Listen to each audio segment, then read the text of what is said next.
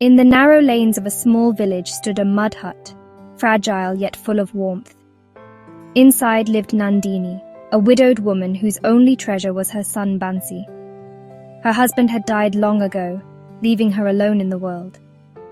Since then, her entire life had been devoted to one purpose: raising her son, making him something in life, and giving him a future better than hers.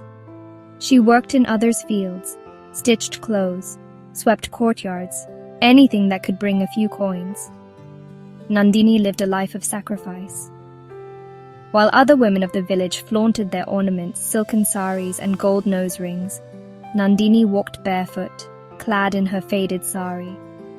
Yet her heart never envied them. She would always console herself.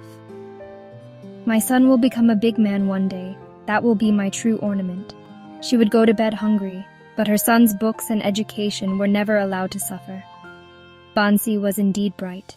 His school teachers often praised him. "This boy will bring glory to the village." Nandini's chest swelled with pride. But as Bansi grew older, his heart slowly filled with pride of a different kind. Along with knowledge came arrogance. Now he felt ashamed of his mother's torn sari and bare feet. In the company of friends, he avoided her. What will they think? That a modern, educated man's mother looks like a beggar? Whenever Nandini lovingly placed her trembling hands on his head and whispered her blessings, he grew irritated. "Mother, stop talking about blessings. These things belong to the old world. In today's age, only talent and hard work matter. Blessings don't fill stomachs."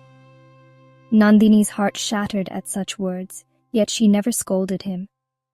"My child, a mother's blessing never goes in vain." When his education was complete, Bansi secured a job in the city.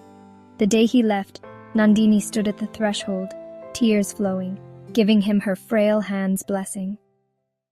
The hut turned empty. Her days were now filled with silence, waiting and longing. Sometimes she stared for hours at the dusty road, hoping to glimpse her son. Letters came, but they were more about his work, his promotions, his busy life. Rarely did they ask of her health or loneliness. Nandini had grown old. Her hair was white, her eyesight dim, her hands shaky. But in her heart, her son's success was her only wealth. One day, Bansi's promotion depended on his performance before a senior officer.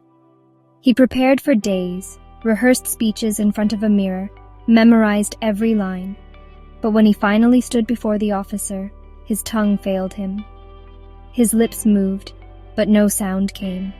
Sweat poured down his forehead. The officer frowned and dismissed him. "You lack confidence. You are not ready." That night, Bansi lay restless on his bed. When he finally drifted into sleep, he saw a dream. His mother appeared, her frail hand on his head, her voice calm yet firm. "Do not fear, my child. I am with you. A mother's blessing is your shield." Bansi awoke with a strange new courage. The next day, when he stood before the officer again, his words flowed like a river. His arguments were clear, his confidence unshaken. "Young man, you have leadership in you." Bansi was promoted. Walking home that evening, Bansi murmured to himself, "It was not my knowledge, but my mother's blessing that saved me. The very strength I once mocked has carried me forward." But just then, a letter arrived from his village. His mother was gravely ill. Without a thought, he rushed to the village. He found Nandini lying weak on a charpoy. Her face was pale, her breath shallow, but her eyes glowed with satisfaction. On seeing her son, tears welled up in her eyes. "You have come, my child.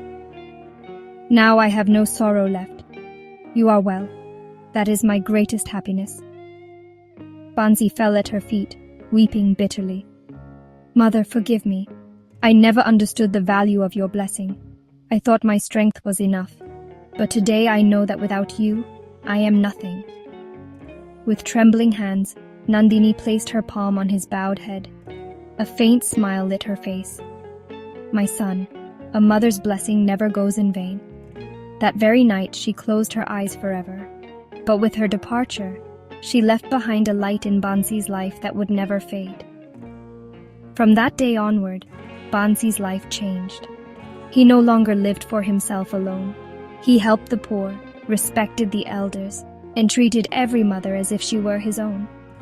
"Mother, give me your blessing," the villagers would say. The same Bansi who once felt ashamed of his mother now lives as the very proof of her blessing. Thus ends The Blessing, a story that shows us that a mother's love and blessing are the greatest wealth a human can ever have.